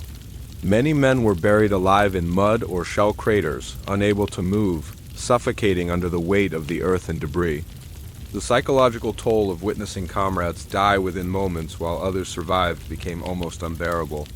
Shock, despair, and numbness spread through the ranks like wildfire. Communication was chaotic. Orders shouted across the field often went unheard, lost in the roar of guns and explosions. Soldiers relied on instinct, training, and brief signals to advance. Many advanced blindly, following the nearest comrade or the faint sound of an officer's whistle. Coordination was nearly impossible, and confusion was a constant companion. When the enemy trenches were reached, hand-to-hand combat ensued. Rifles became clubs, bayonets were thrust in desperate swings, and men fought with bare hands when all else failed. The violence was immediate, intimate, and horrific. Blood-coated uniforms, mud, and faces alike. Soldiers sometimes discovered that the enemy was not a faceless abstraction, but men much like themselves, frightened, exhausted, and desperate to survive. Retreat, when ordered, was no less terrifying. Soldiers had to cross the same ground they had just charged, often under renewed fire. Botas littered the path, mud made movement slow, and exhaustion threatened collapse. Those who made it back to friendly trenches were often shell-shocked, exhausted, and emotionally scarred beyond measure. Many could not speak of the experience, haunted by what they had seen and what they had done. The horror of over-the-top assaults was compounded by the futility of many attacks. Generals issued orders to take enemy positions that were nearly impregnable, sacrificing men by the hundreds or thousands. Soldiers often questioned why they were sent to die for trenches, craters, or ruined villages. Yet orders were orders, and disobedience meant execution or disgrace. Survival depended on obedience, courage, and luck, but not on logic or fairness. Every soldier who went over the top carried with him not only a rifle, but also terror, hope, and despair. They endured the unimaginable mud, fire, and chaos, clinging to life by instinct, training, and the faintest hope of survival. Some survived, physically unscathed, though emotionally and psychologically scarred for life. Others never returned, leaving comrades to remember them in the mud, rain, and endless night of the trenches. And so the cycle continued, day after day. Orders came, men advanced, bullets flew, shells exploded, and botas fell. The phrase, "over the top," became synonymous with courage, terror, and unimaginable suffering, a symbol of the ultimate trial faced by soldiers in the Great War. It was here, in the open wasteland between trenches, that men confronted not only the enemy, but the full scale of war's brutality, a brutal lesson in survival, fear, and the human cost of obedience. While over-the-top assaults were terrifying, danger did not pause at night. Darkness brought its own horrors as soldiers faced constant vigilance, surprise raids, and the creeping dread that the unseen enemy might strike at any moment. The night was not a refuge, it was another battlefield, shrouded in shadow, mud, and fear. Soldiers in the trenches quickly learned that nightfall did not mean safety. Patrols and sentries were stationed along the parapets, eyes straining through the darkness, rifles at the ready. Every sound, a rustling of leaves, the snap of a twig, or the faint scuffle of rats was a potential threat. Fear sharpened the senses, but exhaustion dulled them, creating a tension that frayed nerves. Men could not truly rest, knowing that at any moment the enemy could launch a raid, infiltrate the trench, or throw grenades into their dugouts. Night raids were common tactics. Small groups of enemy soldiers would sneak across no man's land to probe defenses, sabotage barbed wire, or take prisoners. These raids were swift and deadly. A single misstep could trigger alarms and open fire, turning the darkness into a deadly labyrinth of bullets and bayonets. Soldiers moved cautiously, listening for the faintest sound, hearts pounding in anticipation of chaos erupting at any second. The fear of infiltration created psychological strain. Men had to trust their senses and instincts, but the night played tricks on them. Shadows merged with mud and debris, shapes appeared and disappeared, and imagination often filled in the rest. Soldiers fired at imagined threats, shouting orders and sometimes attacking comrades in confusion. Sleep-deprived and fearful, men struggled to distinguish reality from illusion, creating a persistent state of tension. Trench sentries bore a unique burden. Their job was to spot approaching threats, warn comrades, and prevent surprise attacks. But being alert for hours on end was exhausting. Soldiers had to remain motionless in freezing temperatures, listening intently, every nerve on edge. A momentary lapse in vigilance could mean death for themselves or their unit. Some men endured entire nights without rest, only to rotate back into patrols or labor duties at dawn. Fatigue compounded fear, creating a vicious cycle. The darkness also amplified the horrors of rats, mud, and lice. Rats moved with stealth, scuttling across sleeping soldiers or gnawing on discarded food. Lice were no less active in the night, their bites causing relentless itching that made even a brief rest impossible. Mud hardened in freezing temperatures, sometimes turning trenches into slick, treacherous pits that threatened to topple men into water-filled craters. Survival required constant attention, agility, and endurance. Noise was both enemy and friend. The sound of distant artillery provided warning, but it also masked movements. A sneaking patrol could approach unheard, and a sudden noise could trigger gunfire that struck both friend and foe. Soldiers learned to interpret sounds carefully. Every whistle, thud, and scrape carried meaning. Listening became a skill as vital as aiming a rifle. Nighttime raids also brought an eerie intimacy with death. Soldiers might hear screams or gunfire without seeing the victims. Bodies could be carried away, leaving only a memory and the lingering smell of smoke and blood. Some soldiers developed coping mechanisms, covering ears, whispering prayers, or muttering phrases to maintain composure. Others became numb, mechanical, moving with trained precision rather than thought, letting instinct guide them through each perilous night. Sleep, when it came, was shallow and interrupted. Soldiers dozed in shifts, using scraps of wood or sandbags to shield themselves from mud and rats. Dreams were haunted by recent raids or imagined threats. Men awoke with hearts racing, muscles tense, and weapons at hand, ready to confront the next danger. Night offered no respite, only a temporary pause in relentless vigilance. The psychological impact of constant nighttime danger was profound. Soldiers lived in a state of perpetual alertness. Anxiety, hypervigilance, and chronic fatigue became normal. Simple mistakes were punished by death, injury, or shame, and the mind could not switch off even in moments of relative calm. Some men developed long-term trauma, unable to sleep without fear or to trust darkness after the war ended. Despite the relentless tension, camaraderie remained crucial. Soldiers relied on one another, whispering reassurances, sharing cigarettes, or quietly joking to maintain morale. Small rituals, a shared story, a piece of chocolate, a whispered encouragement offered brief relief, reminding men that even in darkness, they were not entirely alone. Night raids also reinforced the precariousness of life in the trenches.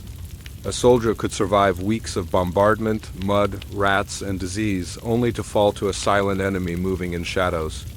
These constant threats instilled caution, courage, and adaptability. Men learned to move like shadows themselves, to anticipate the unseen, and to endure fear without allowing it to paralyze them. In the trenches, night was not merely the absence of light, it was another front, demanding vigilance, bravery, and unrelenting endurance. Soldiers who survived dark hours carried both relief and trauma, knowing they had lived through dangers that no sunlight could reveal. Each night was a testament to human resilience, even amid the most horrifying and oppressive conditions imaginable. War is often measured in victories and defeats, but in the trenches of World War I, survival itself was the measure of life. Among the mud, rats, lice, disease, artillery, freezing weather, and constant fear, one of the most profound trials for soldiers was watching comrades die. Loss became a daily reality, an unrelenting companion that gnawed at the soul even as men fought for their own lives. Friendship in the trenches was forged under unimaginable stress.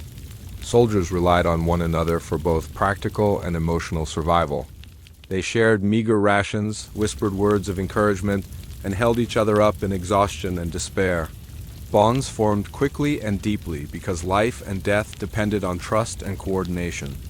These comrades were not just fellow soldiers, they were lifelines, family in a world stripped of comfort and certainty. And yet, loss came swiftly and unpredictably. A shell could destroy a dugout in seconds, a sniper could pick off a man while he carried water, or a gas attack could silently suffocate the unsuspecting. There was no warning, no time to prepare. Men watched friends vanish into mud, smoke, or the chaos of combat, often unable to reach them. Survivors carried both relief and guilt, haunted by the question of why they lived while others perished. Grief in the trenches was immediate and raw, but it had little time for expression. Soldiers had to continue duties, fill gaps left by fallen comrades, and maintain defenses, all while carrying the memory of those lost. Funerals were rare, often impossible. Bodies were buried where they fell, or left in shell craters exposed to scavenging animals. The ritual of mourning was replaced by survival, and emotional wounds went unhealed. Shock compounded grief. Witnessing the deaths of friends and comrades created a numbing effect, a psychological shield against the constant horror. Some soldiers laughed at the absurdity of life and death in the trenches. Others became withdrawn, and some fell into despair so deep that they could barely function. This emotional burden was invisible to the outside world, but it shaped every thought and action in the trenches. Survivors' guilt was pervasive. Men questioned why they had lived when others had not. They haunted their own minds, imagining what they could have done differently, blaming themselves for the deaths of friends. This guilt added another layer of psychological torment, one that persisted long after the war ended. Letters from home could not console them. The weight of having survived while others had not was something they carried alone. Despite this, camaraderie endured.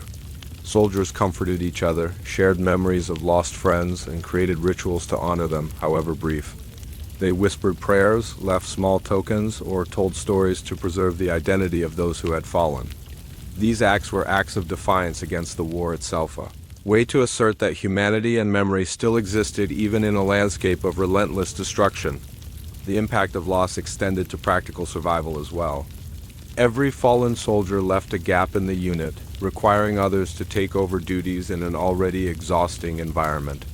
Men had to adapt quickly, often performing double the labor or covering additional posts. The constant need to adjust and survive compounded the stress of grief, creating a relentless cycle of emotional and physical strain. Yet survival in the face of loss became a quiet act of courage. Soldiers endured not only for themselves, but for the memory of those who could not. Every day that they returned to the trenches, carried out orders, or simply survived was an act of tribute to friends who had fallen. This sense of duty and remembrance became a silent motivator, sustaining men in the face of near constant danger and despair. Grief also forged resilience. Soldiers learned to compartmentalize emotion, to continue functioning despite sorrow, and to find strength in the shared experience of loss. Humor, camaraderie, and brief moments of joy became tools to counterbalance the omnipresent sorrow.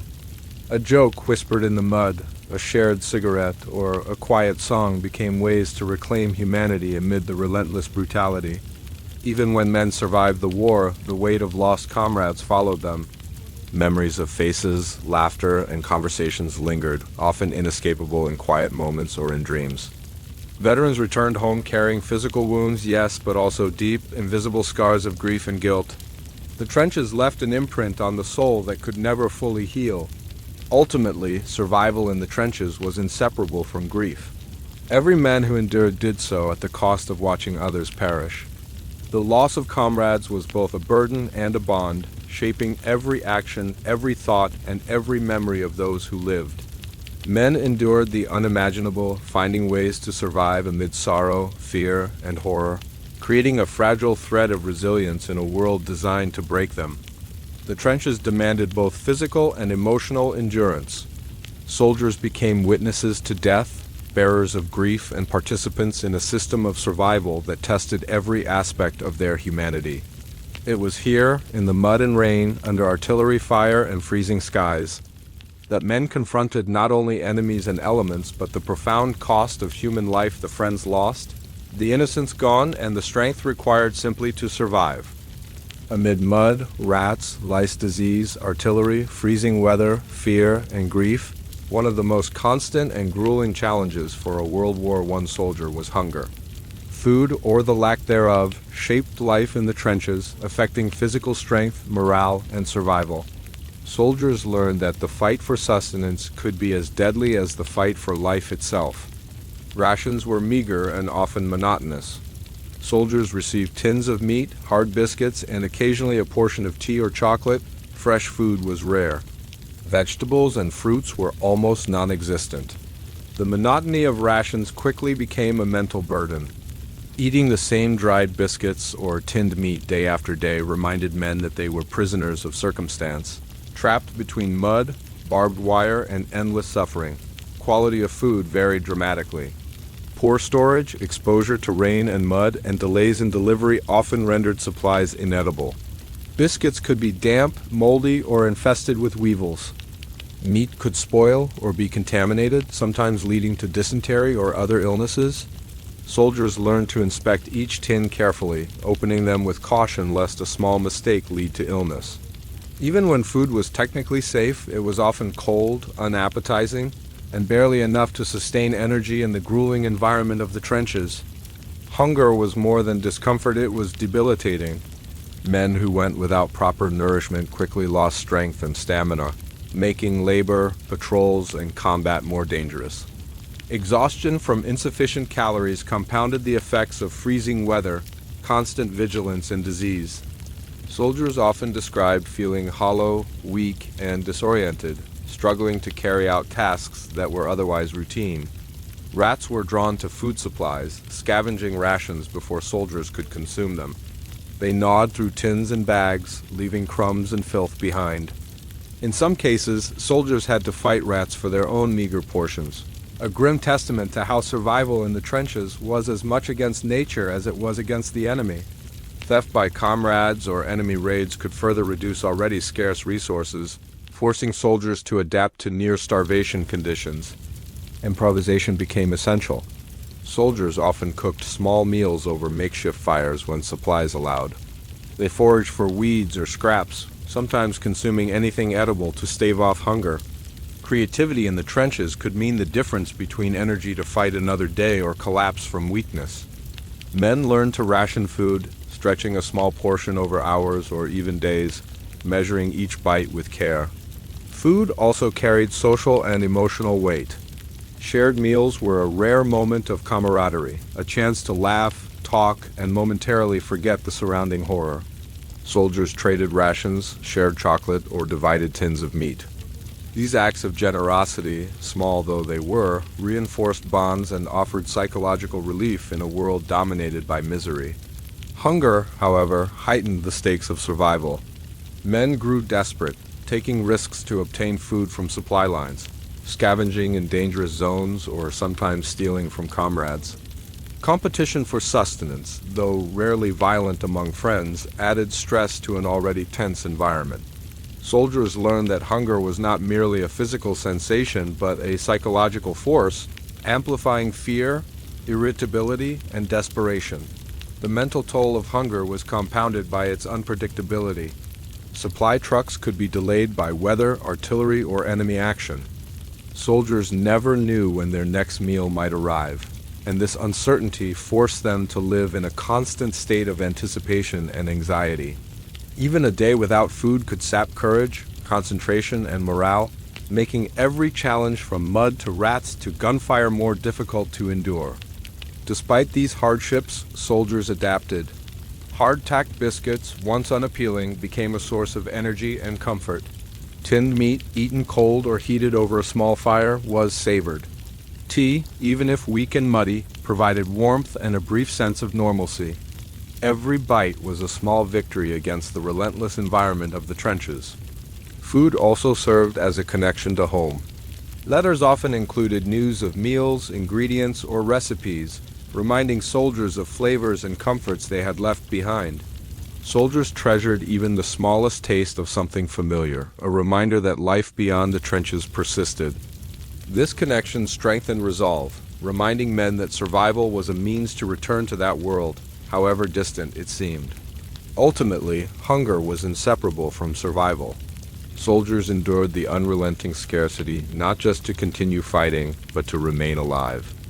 Every ration, every scrap of food, every sip of tea was a lifeline, a necessary component of endurance in a landscape dominated by mud, rats, lice, disease, artillery, freezing cold, fear, grief, and the constant threat of death.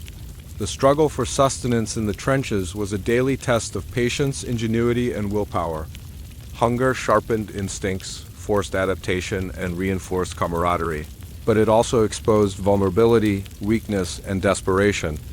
In the mud-soaked, rat-infested, lice-ridden, shell-shattered world of World War I trenches, food was more than survival, it was hope, humanity, and a fragile reminder that life could persist even in the most unimaginable conditions. In the midst of mud, rats, lice, disease, freezing weather, hunger, grief, and the terror of combat, letters from home were lifelines, precious fragments of a world that seemed impossibly distant. These letters carried hope, love, and news, yet sometimes brought despair, a reminder of everything the soldiers had left behind and the uncertainty of survival. Receiving a letter was a moment of rare joy. Soldiers would gather, often in groups, anticipating the delivery of mail that could take weeks or even months to arrive. The envelopes themselves, worn from travel and smudged with mud or ink, were handled with reverence. Soldiers unfolded the letters carefully, fearing tears or smudges, as if the fragile pages contained the very essence of life beyond the trenches. Words from home could be brief or lengthy. A simple, "I miss you," could brighten a day of relentless misery, while a long narrative detailing family life, community events, or local news could provide a temporary escape. The mundane details, the growth of a garden, a neighbor's antics, or a child learning to walk offered a connection to normalcy that soldiers longed for with every fiber of their being. Even the smallest words reminded them that life continued beyond mud, rats, lice, artillery, and death. Yet letters could also wound. News of illness, death, or hardship at home intensified feelings of helplessness. Soldiers learned that survival was a privilege not shared by all. A letter reporting that a family member had fallen ill, a friend had died, or financial difficulties plagued their household brought emotional pain as acute as any physical injury. The knowledge that life continued, but not always favorably, added a new layer of psychological suffering to the already unbearable conditions of trench life. Soldiers often read letters repeatedly, memorizing lines, phrases, and sentiments. They kept them close, tucked into pockets, uniforms, or under pillows as a source of comfort. Letters became talismans, reminders that even in a world defined by suffering and chaos, human connection endured. Comrades would gather to read aloud letters, sharing the emotions, stories, and sometimes laughter contained within. In these moments, the trenches felt less like prisons and more like shared spaces of humanity. The act of writing letters was equally significant. Soldiers described life in measured terms, often censoring the worst horrors to protect loved ones from the harsh truth. Yet writing became therapy, a way to maintain identity and sanity in a place designed to strip away individuality. Some men included sketches, little notes, or small drawings of their surroundings, offering glimpses of the front lines while maintaining a semblance of connection and intimacy. Delays and uncertainty surrounding mail added to psychological strain. Letters might take weeks or months to arrive, sometimes never reaching their intended recipient. Soldiers waited anxiously for news, only to face disappointment repeatedly. This uncertainty created tension, anxiety, and even despair, as men could not be certain of their loved ones' well-being or whether their own words had reached home. Letters also served as motivation. The promise of reading or sending correspondence gave soldiers a sense of purpose beyond mere survival. A new letter meant a small moment of joy, a reminder that life existed outside mud, rats, lice, artillery, and death. The hope of receiving news or of being remembered strengthened resilience, helping men endure the most brutal conditions. Yet not all letters brought hope. Some contained warnings, pleas, or grief, intensifying the emotional burden. Soldiers learned to compartmentalize, to savor the moments of joy while absorbing the inevitable sorrows with stoicism. Letters became mirrors of the duality of life: joy and pain, hope and despair, comfort and loss. Each message from home carried both warmth and weight, shaping emotional endurance in the trenches. The ritual of letters reinforced camaraderie as well. Soldiers shared news from home, read aloud passages, and comforted each other in moments of sorrow. Stories of family, gardens, weddings, or celebrations brought laughter and a fleeting sense of peace.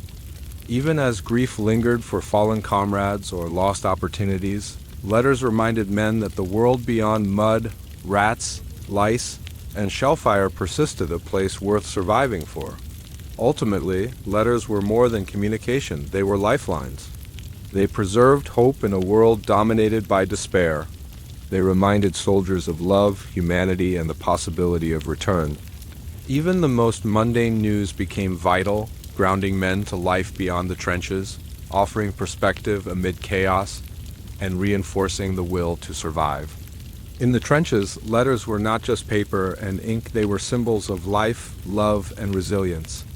They were proof that the world existed beyond mud, rats, lice, disease, hunger, artillery, and death.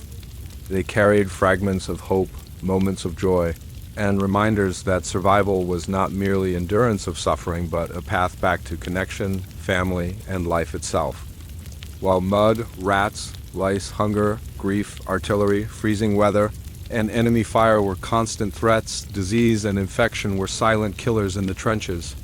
Soldiers faced a daily battle not only against bullets and shells, but against invisible pathogens, contaminated water, and unrelenting vermin. Survival depended as much on avoiding sickness as it did on combat skills. Trench conditions were perfect breeding grounds for disease. Standing water mixed with mud and human waste created an environment teeming with bacteria. Poor sanitation, overcrowding, and limited medical resources allowed illnesses to spread rapidly. Soldiers often found themselves quarantined not by choice but by necessity, as infection could incapacitate entire units within days. Trench foot was one of the most common and devastating conditions. Prolonged exposure to wet, cold mud caused the feet to swell, blister, and decay. In severe cases, gangrene set in, necessitating amputation.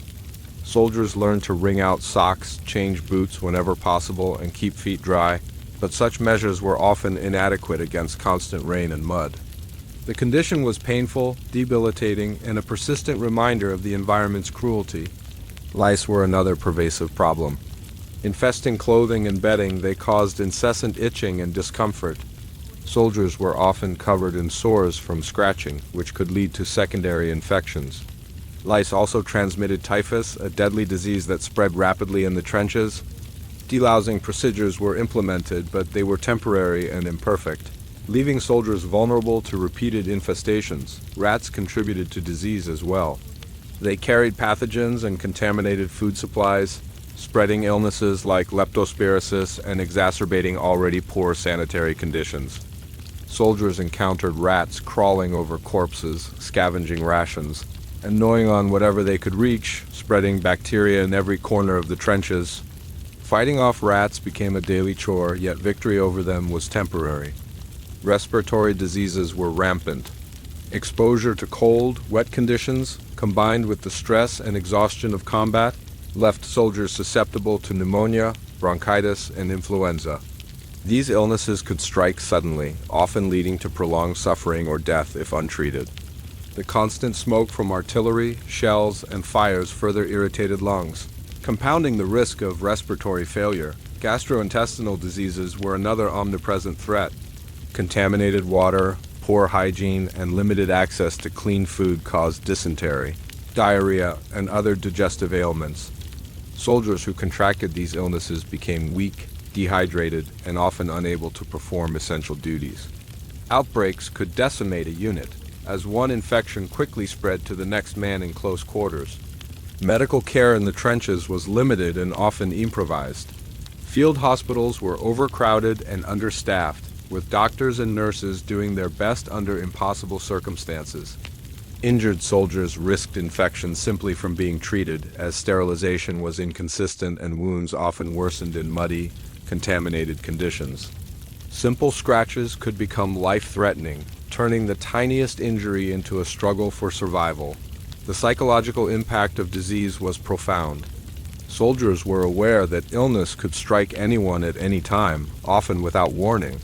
Fear of infection added to the stress of combat, mud, rats, lice, hunger, and grief.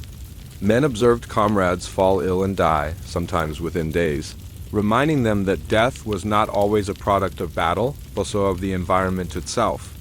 Preventive measures were limited. Soldiers wore long socks and boots, changed clothing when possible, boiled water if supplies allowed, and avoided stagnant water, but these precautions were rarely sufficient. Mud, rain, overcrowding, and constant exposure to filth undermined even the best efforts. Disease became an inescapable part of trench life, an enemy without face or uniform, yet equally lethal. The combined threat of disease and infection forced soldiers to develop resilience and adaptability. They learned to endure discomfort, improvise solutions, and support one another in times of illness. Shared knowledge of effective hygiene practices, when available, became vital. Soldiers traded tips on keeping feet dry, preventing lice infestations, and purifying water, creating small but essential networks of survival knowledge. Infections were also emotionally taxing. Soldiers who fell ill often felt helpless, dependent on others for care and protection. The fear of dying alone, unable to defend oneself or assist comrades, added psychological weight to physical suffering. Those who survived illness were often left weakened, struggling to return to the already punishing routine of trench life. Ultimately, disease and infection were inseparable from survival. Soldiers contended not only with visible threats, mud, rats, lice, bullets, and shells, but also with invisible ones, the silent killers that claimed lives quietly yet mercilessly. Every day required vigilance, hygiene, and resilience, even in the face of impossible conditions. Survival depended on both physical and mental fortitude, as soldiers fought not only for life but for the strength to endure another day amid relentless adversity. The trenches were a battlefield in every sense, against the enemy, the elements, the environment, and one's own body. Disease and infection were omnipresent adversaries, shaping daily existence, determining life or death, and reminding soldiers that survival was never guaranteed. Even in the face of artillery, mud, rats, lice, hunger, and grief, illness remained one of the most insidious and constant threats in the grim world of World War I trenches. In the ceaseless horrors of the trenches, mud, rats, lice, disease, hunger, artillery, grief, freezing weather, and death letters from home were more than mere words on paper. They were lifelines for morale, reminders of humanity, and fragile anchors for a mind teetering on the brink of collapse. The psychological strain of trench warfare was unparalleled. Constant bombardment, the fear of going over the top, the loss of comrades, and the relentless environmental hardships created chronic stress. Soldiers endured a mental pressure almost as deadly as any bullet or shell. In this context, letters from home became essential to mental survival, offering connection, hope, and the comforting illusion that life continued beyond the trenches. Receiving a letter was a rare and precious event. Soldiers handled each envelope with reverence, carefully unfolding the fragile pages.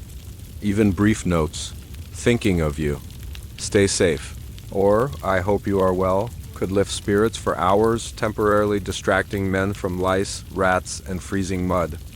Longer letters detailed family life, news from the village, and mundane yet precious moments from the world beyond the front, allowing soldiers to live vicariously through descriptions of birthdays, weddings, or harvests. Letters were also tools of emotional regulation. Soldiers would read and reread them, memorizing phrases, savoring words, and sometimes whispering passages to themselves in moments of solitude. A single letter could sustain morale for days, a beacon of hope in an otherwise grim existence. It was common to see men sharing snippets with comrades, passing along smiles, laughter, and fleeting relief in the shadow of death. Yet letters could also wound. Bad news, illness, death, financial hardship, or missed opportunities struck men like bullets in an already fragile psychological state. A message that a sibling had fallen ill, that parents struggled, or that a sweetheart had moved on, compounded the stress of survival. Soldiers had to absorb grief layered upon grief, balancing duty and despair while keeping up appearances for the sake of unit cohesion. The act of writing letters was equally vital for mental health. Soldiers documented life in the trenches, often filtering the horrors to spare loved ones.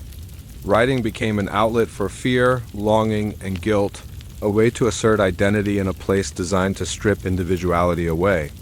Sketches, maps, and jokes were included to lighten the tone, preserve humor, and maintain a link to a world of human connection beyond mud, rats, lice, disease, and artillery. Letters shaped morale at the collective level. Commanders and officers understood the importance of correspondence, sometimes arranging mail delivery to coincide with difficult operations. A timely letter could bolster a platoon's spirits, reminding men of why they endured and what awaited them beyond the battlefield. Sharing letters in groups created brief communal moments of hope, laughter and normalcy, a fragile reprieve from relentless hardship. The fragility of the mind in the trenches cannot be overstated. Soldiers contended with sleep deprivation, sensory overload, and emotional trauma on a daily basis. Letters help mitigate these effects, serving as mental anchors and emotional ballast. Men clung to the promise of communication, deriving a sense of purpose, continuity, and humanity in an environment designed to erode all three. Even as letters offered hope, they underscored the harsh reality of separation.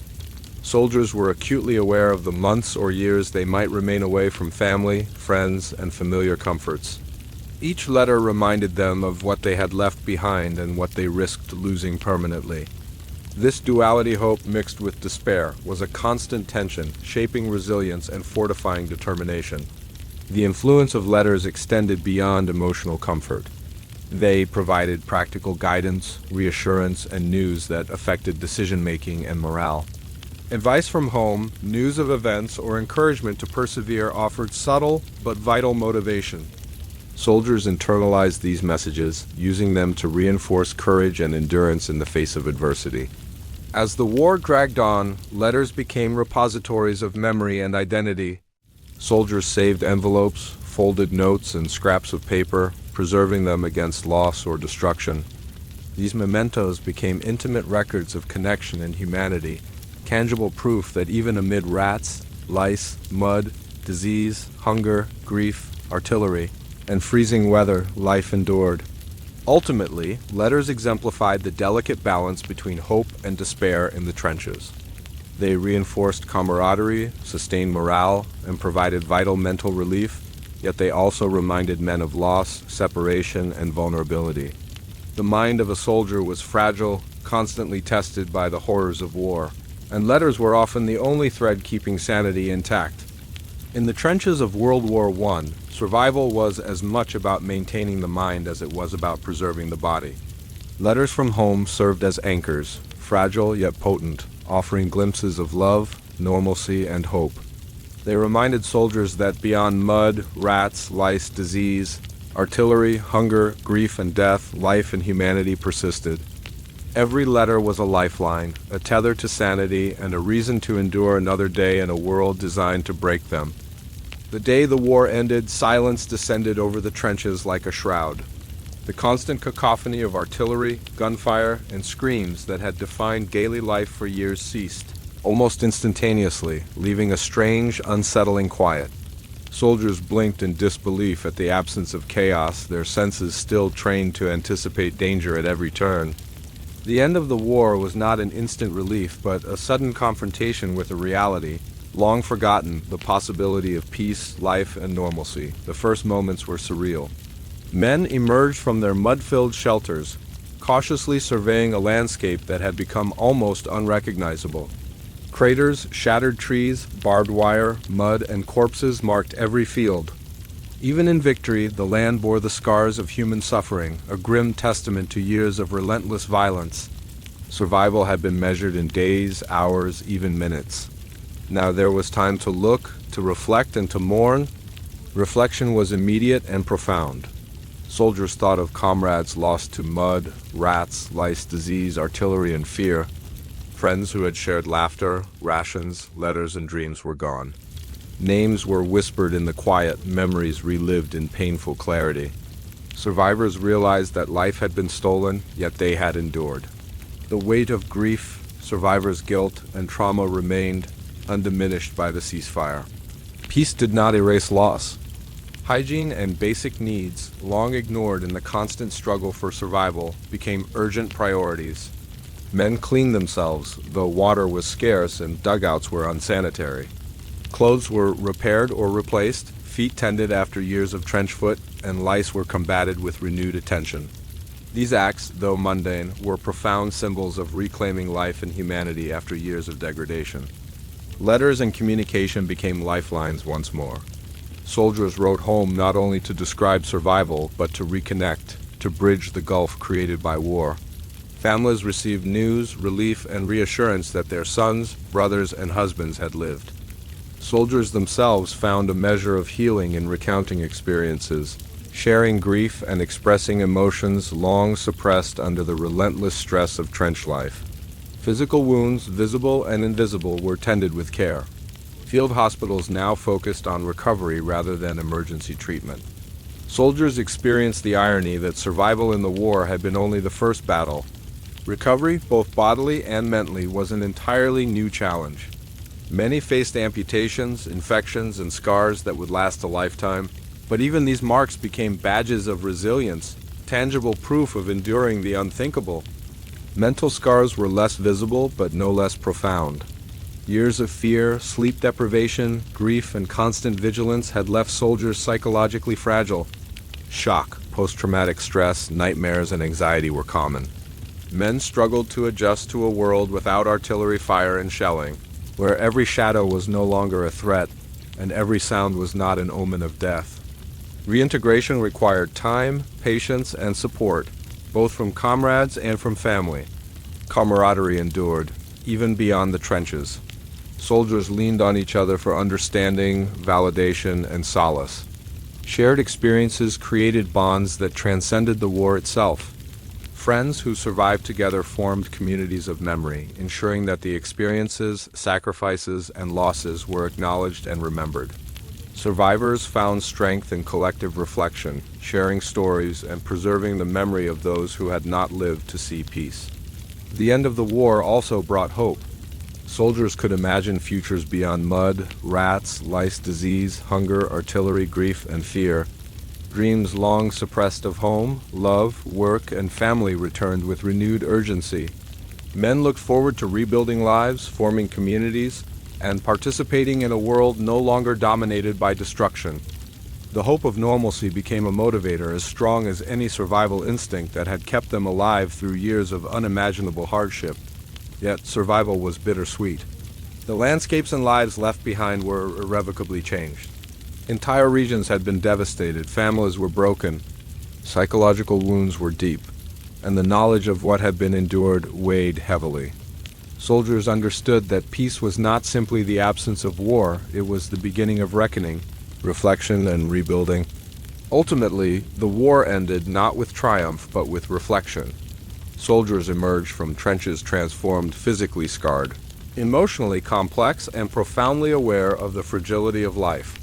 Survival had been achieved not through glory alone, but through endurance, courage, camaraderie, and sheer human resilience. Every man who had lived carried the story of the trenches with him, a narrative of mud, rats, lice, disease, hunger, artillery, grief, fear, hope, and above all, survival. The day peace arrived was quiet, almost sacred. Men walked through fields they once feared, touched letters they had longed for, and embraced comrades who had survived beside them. Silence allowed for reflection, mourning, and gratitude.